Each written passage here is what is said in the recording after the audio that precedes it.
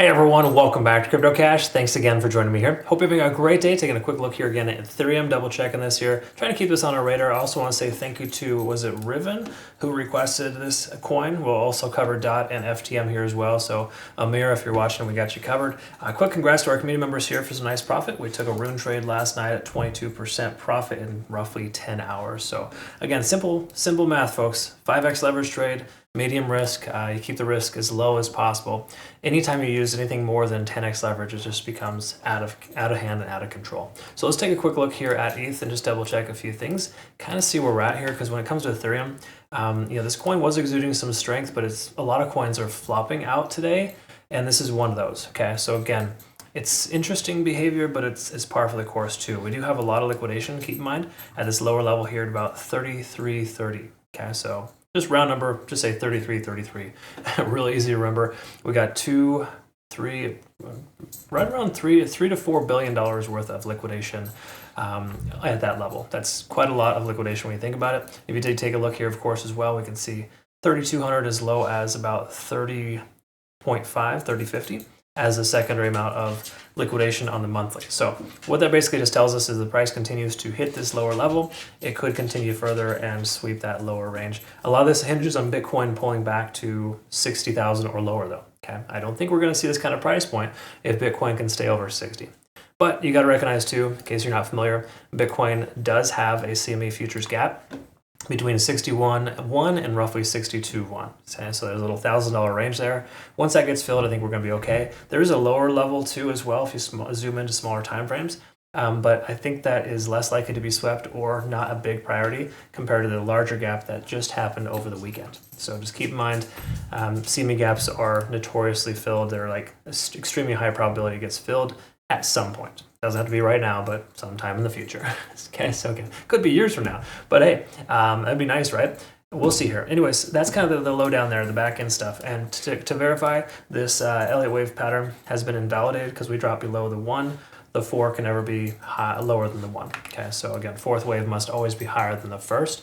Having said all that, we look currently at the price action. Let's go ahead and extend out our fibs a little bit and work our way down on the daily chart. So taking a look here, we can recognize again with moving averages, we're still in decent shape, but also not. In other words, we're over the 100-day SMA, that's all well and good, but the 20-day SMA is the one we want to be back up above. We're not there yet.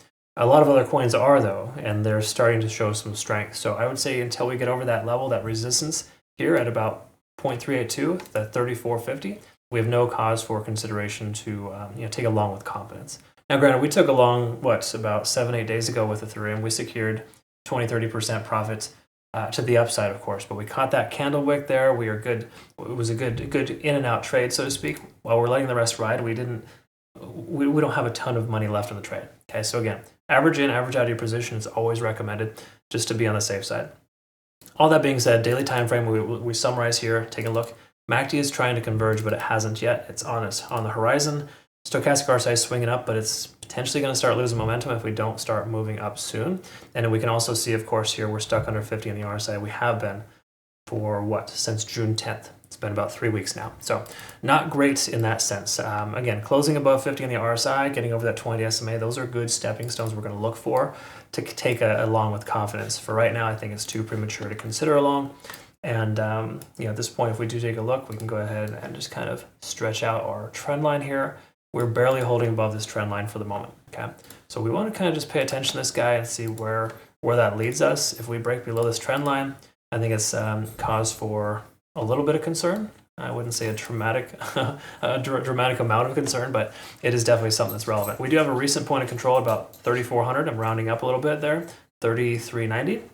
So that's an area of consideration too for a potential bounce where the price action could recover from there.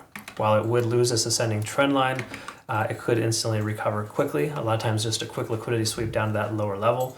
Bitcoin has a very similar pattern here. It's 0.618 fib levels at 61,500. We see that level swept. We will see 0.786 on ETH get swept too at about that 33.90. So again, maybe a decent chance of bounce right there at 33.90.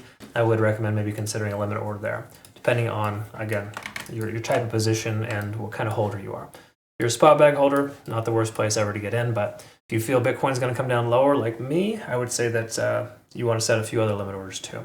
And I'm not proposing that we're going to see anything in the $50,000, $40,000 range for Bitcoin. I'd love it, but it's probably not practical. 56,000 is the best case scenario, but I don't even think we're going to lose 60, honestly, at this point. We might continue to retest it. We'll see here soon, but I think that Bitcoin's still in decent shape, minus the fact that we got to fill that CME gap. That's really the only thing that's causing me a little bit of concern with taking longs just yet. All that being said, hourly time frame, HMO cloud, we are below the cloud, lagging spans free and clearly price action, and conversion lines below the baseline. These are 3 out of 3 reasons to not have a long position open and to continue holding your short position open. Okay, so again, until this intersects here, we're in pretty good shape to see the price action likely continue lower. So I would expect the worst and hope for the best. That's nearly the best practice here.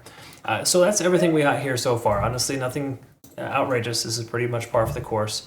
We'll see how this ascending trend line holds. If Bitcoin can maintain 61.5 or higher today, I think we're going to be in solid shape. But a lot of little things factor in here, and it's important to pay attention to Bitcoin. So if you don't already watch my Bitcoin videos daily, I'd recommend doing so, because that is probably the best thing to understand. I do a deeper dive, and honestly, the Bitcoin analysis is probably the best thing you can do for yourself. If you understand Bitcoin, you understand most altcoins, and then once you identify the coupling or decoupling, or running concurrent or otherwise, those are things that are really, really beneficial. Your game will improve dramatically. Anyways, I've got a trading academy, community, and signals group if you're curious. I do cover all that frequently. Congrats again to our community members. If you want to join us over on Twitter, Telegram, Discord, now TikTok, and YouTube Shorts, feel free to reference that. Links down below. I look forward to working with you folks. Thanks again for your time. We'll see you next one. Take care.